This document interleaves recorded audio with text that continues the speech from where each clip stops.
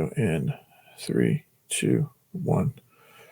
Clark Lea's star is rising, but he's focused on building a winner at Vanderbilt.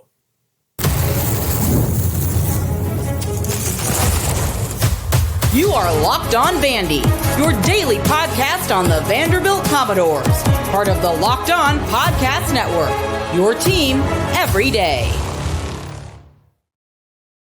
What's up, everybody? Happy Veterans Day. I'm your host, Corey Burton, and this is the Locked On Vandy podcast on the Locked On Podcast Network, the #1 sports podcasting network in America. So we got an action-packed show, man. It's, we're going to talk a little basketball here towards the end. Mark Byington era, year 2, is off to a great start, and you can't help but get excited for what they're doing coming off of an NCAA tournament year. So, going to talk a little bit about that. But first, I want to break down, because Clark Lee is really building something special here in Nashville, and I think it's a sustainably winning program, and I think people are going to be very surprised at what he's doing. And honestly, his star is rising. He's up for a lot of jobs, and this is something that I think could be potentially special right here in Nashville, right here at his alma mater. But this episode's brought to you by FanDuel. That's right. New customers can bet just $5, and if your bet wins, you'll get $300 in bonus bets to use across the app. So download the app today. Again, thanks for making us your first listen. Let's get started. Clark Lee, man, he's building something very, very special. And I'm going to make a parallel that I need you to roll with me on here, because the more I think about it, it's very similar. Now, there's some differences, obviously, because there's some differences in where they're at and kind of how they built. But is Clark Lee very similar in his path to Dan Campbell with the Detroit Lions? I was thinking about this, and honestly, I think so. And before I really dive into that, Clark Lea's name is coming up for a lot of jobs. So it got me thinking, like, hey, what does this look like? I get a lot in the comments. Wait till Diego Pavia leaves. It's going to go right back to dead last in the SEC, bottom dwellers, things like that. I just don't think that's true, because in this new NIL era, things are different, and the way he's building things are geared more towards that. But back to my comparison. If you look at the two, their paths are very similar. I'm not saying they're exactly alike. I'm not saying Clark Lee is Dan Campbell and Dan Campbell's Clark Lee. I'm saying they're very similar in kind of how they're coming up. Both had quarterbacks that no one wanted. Diego Pavia, no one wanted until he got to Vanderbilt, right? Jared Goff was a cast-off. All right, they both said something crazy and bold early on in their tenure at a press conference. SEC Media Days for Clark Lee said Vanderbilt will be the best program in the SEC. And we all know about Dan Campbell's rants about biting kneecaps and stuff like that, about how the Lions were going to be a championship program and the things that he said. They're both insanely, they were both once considered to not have much of a chance. Like, it was like, okay, they were both well respected in their fields. They weren't, getting a lot of respect beyond that, because they were coming into very, very tough situations. The Detroit Lions were historically awful. Vanderbilt as well. And Vanderbilt was in the midst of a 10-year run of just absolute ineptitude. Same with the Detroit Lions.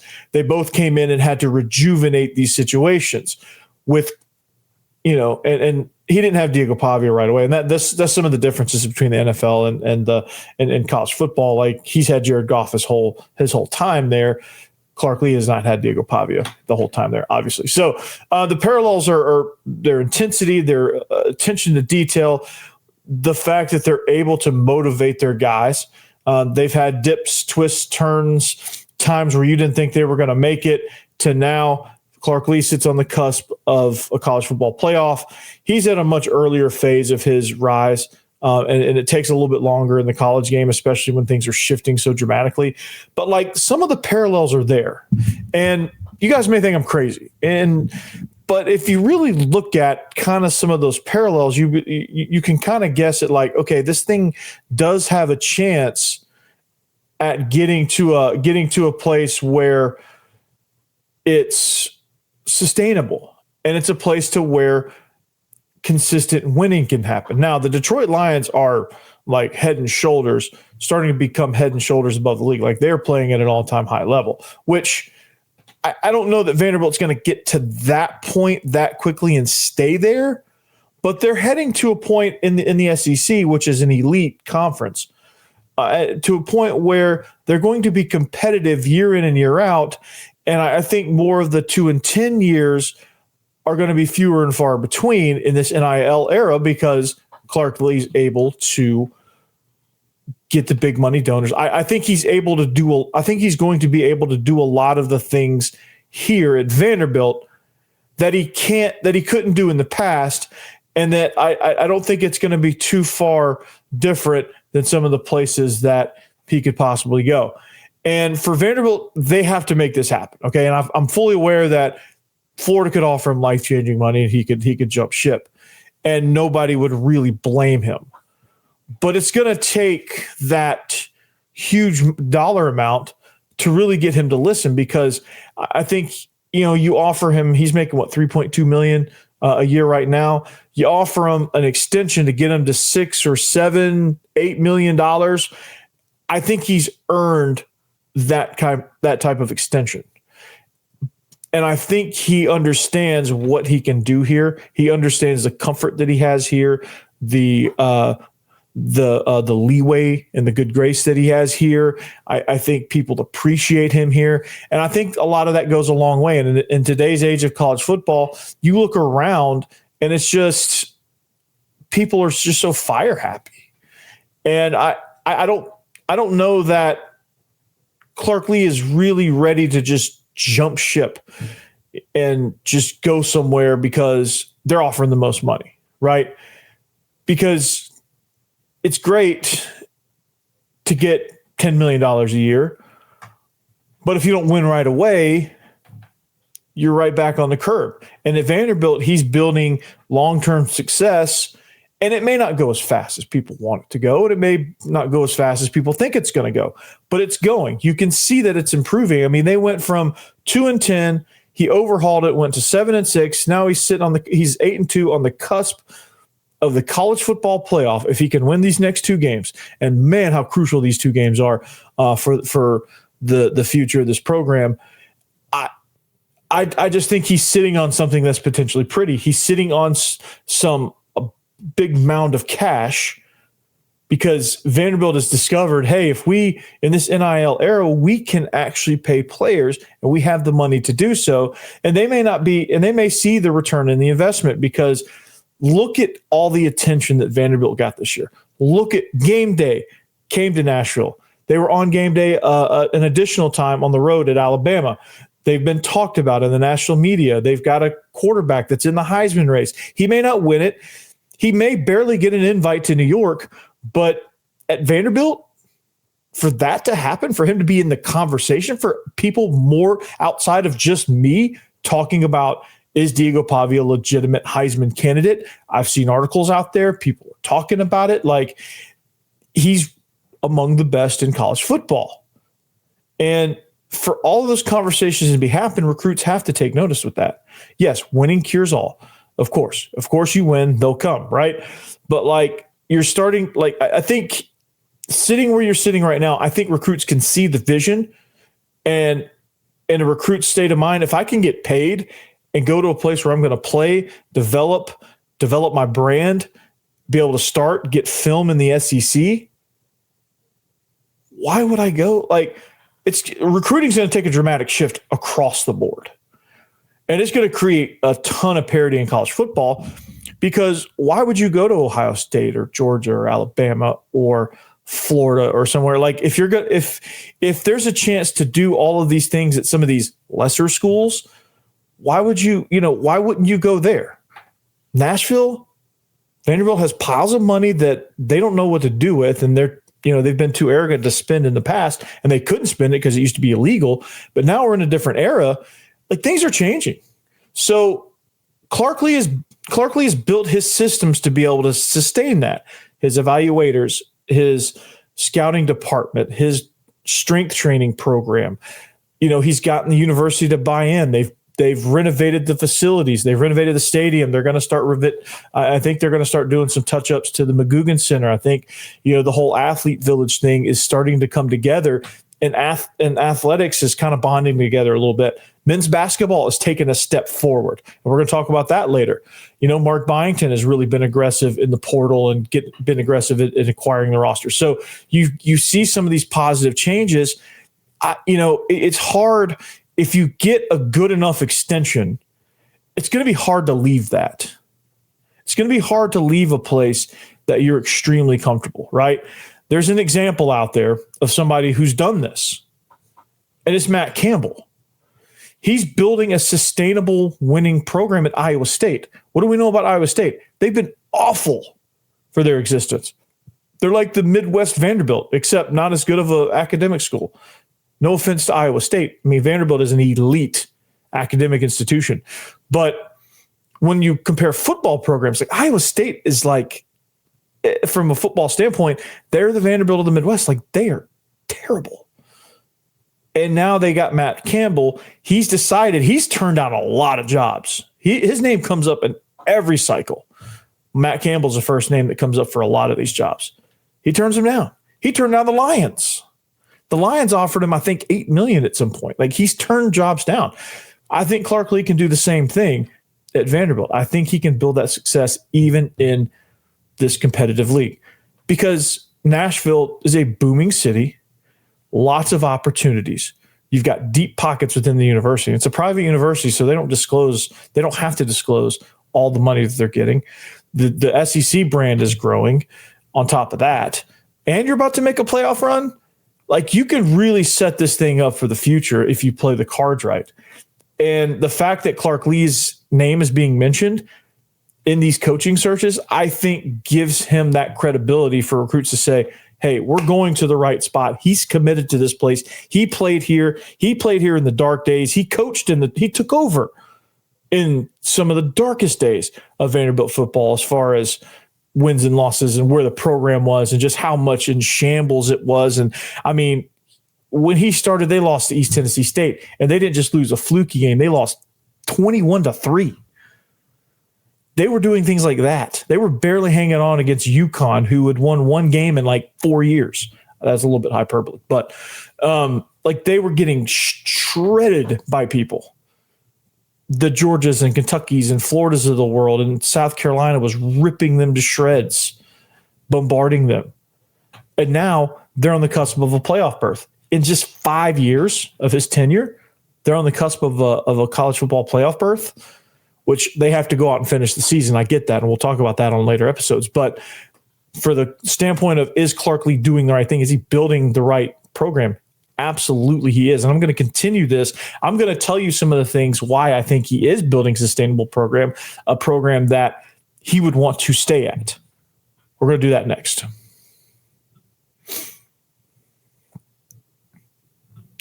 First, I want to tell you about Game Time, man. This is epic, dude. College football is here. It's obviously back. I mean, it's exciting. The tailgates, the rivalries, the energy in the stands, there's nothing like it. But let's be real. Actually getting tickets can feel more like a battle than the game itself. Endless queues, hidden fees, prices jumping at checkout, all of that stuff. It's awful. That's why I use Game Time, the app that gives the advantage back to the fans. It's the easiest way to score last-minute tickets at the best prices with no surprise fees. What you see is what you pay. I pulled up Game Time, and in just a couple of taps, I saw amazing deals, man. I'm talking about your favorite college football games as low as $25. How about that? Right? The app is super simple, dude. This is my favorite part. You see the exact view from your seat before you're buying. So if you click on it, you're not getting some obstructed view seat. If you do, that's on you, because you can see the exact view from your seat before you buy. And zone deals, love it, man. You pick the section, Game Time picks the seats, you save big. It's faster. It's cheaper. It's less stressful, honestly, than any other way I've bought tickets. So take the guesswork out of buying college football tickets with Game Time.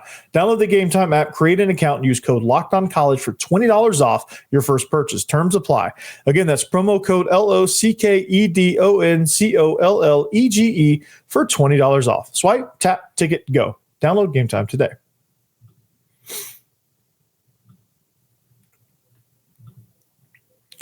Thanks for making Locked On Vandy your first listen each and every day. Thanks for making the Locked On Podcast Network number one.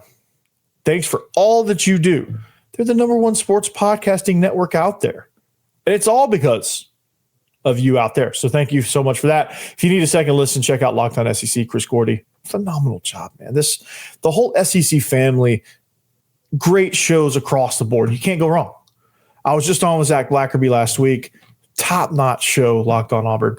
You can't go wrong there either. So is this sustainable post-Diego Pavia? Now, all this talk, Clark Lee, I don't think he's going to go anywhere. I don't think he's going to get an offer big enough to where he's just going to be like, oh, I got to go, right? And I don't think anybody's going to offer him that type of money. And honestly, he's got to be thinking this is the place for him. This is his destination job. I mean, hell, he went to NBA right down the road. That's Montgomery Bell Academy, right down the road from Vanderbilt. Most of his schooling was on the same street, was on the same road, not far from each other, just across 440, right? He's a Vanderbilt guy. And he is to Vanderbilt as Kirby Smart is to Georgia, as Brent Key is to Georgia Tech, as Jeff Brom is to Louisville. Like, he is that guy. Like, he is, the quote that Brent Key had, slice me open and see what colors I bleed. I bet you Clark Lee would say that, except I don't think that's in his style to say that, but I bet you that would be something that would be said if that was kind of more his style. Now, Brent Key's an offensive lineman, so he's going to say some like offensive lineman type stuff. So is this thing sustainable though? And I get in the comments all the time. Oh, just wait till Diego Pavia leaves. Oh, what you going to do without Diego? You're a 42-year-old quarterback. Me and Diego are the same age, I guess. What are you going to do with that? What's going to happen after he leaves? Well, this is what Clark Lee's building for. This is why this playoff run's important. This is why Diego getting himself back in the Heisman talk to be a contender at this point is huge. To be a contender after the Tennessee game will be even more huge. I think you win these two games, he puts up some good numbers. I think he gets the invite. I don't know that he wins. It's going to be tough to beat Fernando Mendoza. I'll be honest about that. It's going to be tough to beat him. I think it's going to be split otherwise. I think Simpson's going to be there. I think Julian Sayan's going to be there. And I think, obviously, Mendoza. And I think they're going to invite a fourth, and that's going to be Diego. Because just what to do this at Vanderbilt, to put up those type of numbers against one of college football's elite defenses this year. Like, Auburn is a lot of things. Elite defense is number one, right? It's a mess over there, but defense has never been the problem at Auburn. And Vanderbilt shredded them. And, of course, Auburn's offense came alive, too, and shredded Vanderbilt's defense. Cam Coleman's beast, by the way. Jeez Louise. That guy, hell of a receiver. But anyway, here's the question. Is Clark Lee building a sustainable program? I want you guys to answer that in the comments. Is he building a sustainable program? Why? Don't just tell me, oh, you're an idiot, right? Anybody can say that. All right, number one trait in a sustainable winning program is how they deal with adversity. Do they fold or do they fight? Can they be adaptable? And the answer to this, ever since he kind of did some soul searching after 2025, now there's a lot of things he had to fix in those first three seasons. Some things he thought he fixed. It's like, when you're working on something at the house and you're like, you fix it, you step back and you're like, yes, I feel, great. I fixed it. This is awesome. It's going to work. And then you flip the switch and it just falls apart. That's what happened to him from year 2 to year 3. And then he's like, okay, I got to fix this thing better. So he did. And here we are, right? So do they fold or do they fight? In the first 3 years, it was more likely Vanderbilt was going to fold in those situations. The more the pressure came on, the more they were going to fold. The team was going to come back and beat them. Whoever it was, didn't matter. They could get up on somebody. They could be toe-to-toe with somebody. Like in 23, they were toe-to-toe with Georgia. They gave Georgia a really tough run, and then they just fell apart at the end, and they folded, and Georgia took over that game, right? I think that would be if they got in that type of ball game with Georgia this year, it may be a different story. Now, I don't know. Georgia's talented enough to beat them either way. But it would take a lot more for Georgia Georgia would have to out execute them to beat them. Because Auburn, judging from that Auburn game, it would be kind of like that. So do they fight? Yes, absolutely they fight. Texas was blowing them out. It was going to be an epically bad day for Vanderbilt. What did they do? They fought. They ran out of time, but they fought. They fought all the way back. Got to within 3. That's impressive with the way that game started. That's fight. Against Virginia Tech, they could have folded tent. Now, Virginia Tech we're learning, is Garbaggio this year. They're about to hire James Franklin probably. They were Garbaggio, but they weren't that night. And it was on the road early. Vanderbilt doesn't usually win those type of games historically. They fought back and they steamrolled them in the second half. Same with South Carolina.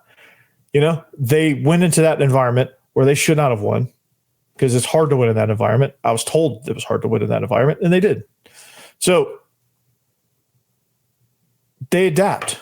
They win how they need to win. All right. Now, I'm running out of time quickly. This is going by quick. All right. Clark Lee's recruiting at a higher level since he took over in 21. He had a major disaster in 23, set him back, but with a playoff bid on the table, that seems to be rising as well. You're reading these reports. You're going to see in the portal. I think it's going to be a fun offseason. The 26 class is already lined up pretty well. You're going to see some fun here. He creates a system of belief within the organization. He's constructed systems that build confidence. Just watch him, how he interacts. Just look at this picture even. It's just the belief structure is there. The way he addresses his team, the way he addresses the media, it's all confidence. It's all intentional, right? And of course, he set the bar extremely high to start with a bold statement. And he's held those standards since, and it looks like the program is finally living up to it. The administration is buying into it. The fans are starting to buy into it. He's starting to get the players that were on the roster to buy into it year after year. He's adding pieces that are buying in. I think this was his best season as far as portal entry and incoming and outgoing from the portal. I think this is his best year for that. He got more in. He lost a lot less than he did the year before. The mass exodus was huge from 23 to 24. It was barely a drop in the bucket from 24 to 25. So things are starting to become sustainable. It's going to be a fun offseason. It's going to be fun to see what he's building. It's going to be extremely fascinating to what he does at the quarterback position. Is it going to be Diego? I don't know. Diego's going to be hard to replace. He's a generational talent from a person that should not have been a generational talent. Just looking at him, just knowing his journey, but the dude is a generational talent. So that being said, this is far from over. It's going to be an important 3-week stretch here for Vanderbilt, and it's going to be fun to see what they do. But I think there is some sustainability. God, if I could say that word. If there is some sustainability in this program, I think these 4 attributes are things that are evidence within this program: the adversity, the fighting, the adaptability, the recruiting taking an uptick, the system of belief and the confidence around the program, and the standards and the confidence in those standards, and the bold statement that he made that everybody laughed at him for is starting to come true. Let's switch gears to basketball. We're going to go into a little bit overtime here. It's bye week. Who cares, right? So we're going to talk about basketball. We're going to switch gears. Mark, speaking of somebody who's having success almost immediately through the portal, Mark Byington. We're going to talk about that next. First, I want to tell you about FanDuel. Yeah, the NBA's back. Hey, I'm going to talk some basketball, right? I'm going to learn how to bet on basketball. Is player props more than live game or better than live game or same game parlays? Do I want to do those things live? Do I want to bet those things? Because NBA games can swing back and forth. But you can do that all in FanDuel. They have live bets from everything who'll score next to fourth quarter comebacks. You can even combine your live bets in the same game parlays and for a shot at a bigger payout. And it looks like FanDuel wants you to play the live bets. So with basketball, with the NBA, they want you to play that because it keeps you in the game. It keeps it exciting. And when your team's making that late push, or if you just want to watch a basketball game and you want to put a little something on it, I mean, it doesn't have to be much, but if you want to put a little something on it, it just makes watching that Jazz versus Nuggets game a little bit more exciting when you live in Nashville, Tennessee, when you don't care at all about either team. Throw a couple bucks on it, and you're like, okay, go Nuggets or go Jazz or whatever you decide to bet. Anyway, right now, FanDuel is giving new customers $300 in bonus bets when your first $5 bet wins. So head to FanDuel.com, sign up, and play your game with FanDuel, the official sports betting partner of the NBA. And speaking of FanDuel, I'm going to be making my picks later on this week, so stay tuned for that towards the end of the week. I'm still going to do it, even though Vanderbilt's not playing. I'm still going to pick the other games and going into the weekend. It's part of my routine. Anyway, FanDuel. Go participate. Thanks for making Locked On Vandy your first listen. Thanks for making the Locked On Podcast Network number one. It's because of you. It's because of you and your engagement and your views and all that stuff. And being a part of this network is the reason why we're number one. So appreciate you. At Locked On Vandy on all social media platforms. If you want to interact with the show, drop a comment, drop a like, whatever you want to do. I would love to have you. So let's talk basketball. Because, I think when you look at the way this team's constructed, I think there was a dramatic shift in the way this team was constructed last year than this year. They had to improve the front court. They had to get taller. They had to get bigger in the front court. So they went out and got a pair of 6'10" bodies out there to fill that front court a little bit. Okay. And this is going to be a more exciting team. I think they did extremely well. They also got Miles in at the guard position there as well. I mean, they've got Duke Miles, man. He had 20 points. They just played a road game against UCF down in Orlando. Duke Miles scored 20 points, man. And with the nature of college basketball, there's going to be runs, but for the most part, it felt like Vanderbilt controlled this game. And for all the slack that they had shooting last year, for all the times that I came on here and said, "Well, we were awful shooting. We can't shoot. We can only drive. We can't. What are we doing shooting?" From everything that I said about that, they put up 105 points against Lipscomb. They scored it again against a P4 opponent, Big 12 opponent on the road. They shot 56% from the floor, almost 40%, 39% from behind the arc. They had 10 3-pointers in the first half. It was unbelievable. Like, those numbers weren't dreamed of last year. But then again, Mark Byington came in a little bit later in the cycle, and he had to put together some things, and he did the best he could with the roster, and nobody's going to fault him for that. He made a run to the NCAA tournament. He got in as a 10 seed, led St. Mary's at halftime, but just ran out of gas because St. Mary's just outsized them and did better than them on the boards. He used that in his journey, but they're scoring at a bigger clip here. Duke Miles came in with 20 points. Tyler Nickel, Tyler Tanner, God, that's a tongue twister. And Frankie Collins all had 17 points. Tyler Harris, 14 points as well. So what is that? 1, 2, 3, 4, 5 guys in double digits. They played 10 guys in this game. Chandler Bing, fresh off the set of Friends, he got in there. He scored some points. He was the only freshman that saw minutes. Mike James didn't see any action, but Jalen Washington, the North Carolina transfer, he finished with 6 points, 6 boards. He's going to be a force on the glass. Devin McLaughlin, he's going to be a dominant force. He was in foul trouble though, unfortunately. Frankie Collins, he is he's going to be somebody that's going to come in and really get some good minutes at the point guard position. I think it's going to be interesting to kind of see what they do with their guards and what they do with some of their lineups. I think with the way these guys are scoring, there's going to be a lot of combinations they're going to be able to put in, and it's going to be exciting brand of basketball, honestly. They're taking care of the ball. They're shooting at a better clip. Hopefully when conference play comes around, that they're going to be able to continue to shoot at that rate, and they're going to be able to continue to get these guys more involved. the three Tylers, Jalen Washington down low, Devin McLaughlin down low. You get, all these different options, Frankie Collins, Duke Miles. These guys are going to get involved down the stretch. Tyler Nickel, the sharpshooter, like he's the one guy that could shoot last year. He's got help now. Like this team is totally different. And I can't, I've never said this before because I've just never been a fan. Well, I used to be a fan when I was a kid. I used to be a fan of the sport of basketball because it was a different game. Now it's just 3 points. Now it's just a 3-point shootout. It seems like, but I think basketball is starting to take another twist and turn. It's starting to trend back towards a more physical game, a game that sees people driving and a game that sees people trying to get to the rim and shoot and score and create and things like that. Like I think we're starting to kind of get more towards that again.